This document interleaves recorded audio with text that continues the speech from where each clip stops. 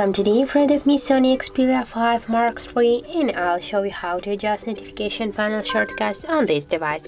So first you should open the notification bar, and right there on the down left corner tap to the edit icon. And as can you see, we got here all of the available items on our notification bar.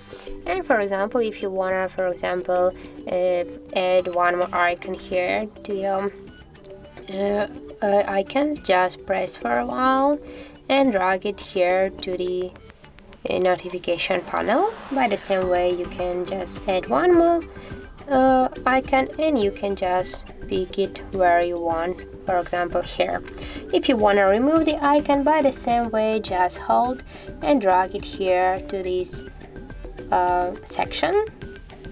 For example, we'll remove the one more icon by the same way.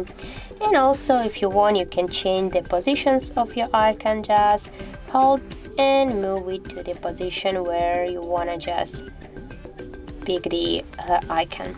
So that's how it looks. And now just go back and you will see all the changes. If you found this video helpful, leave a like, comment and subscribe our channel.